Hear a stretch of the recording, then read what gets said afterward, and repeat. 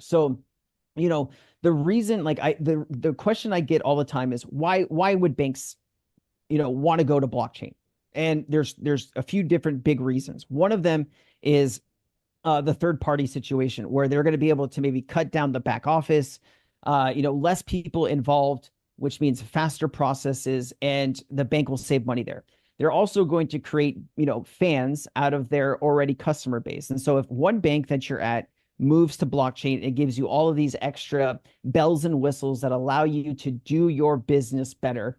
And the other bank, let's say you're at, because sometimes people have two different banks, doesn't offer those services.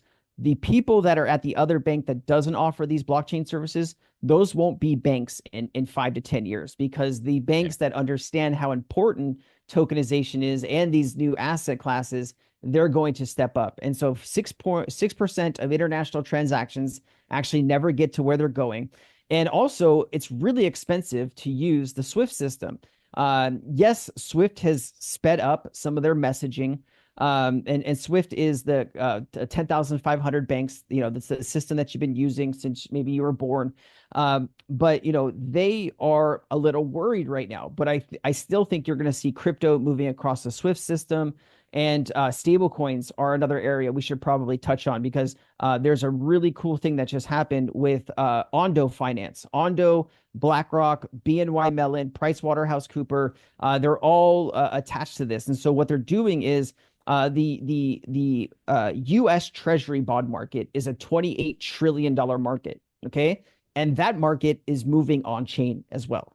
And so Ondo, Ripple, and so what they're doing is they're allowing institutional investors to get about, I think it's like 4.16 APY to bring treasuries, on chain. And so if you bring $28 trillion on chain, maybe one chain's not going to get all of it, right? Because no one's ever going to get everything.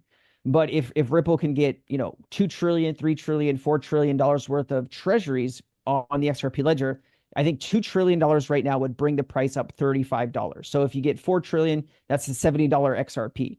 Also, stablecoins are going to be playing a vital role in all this too.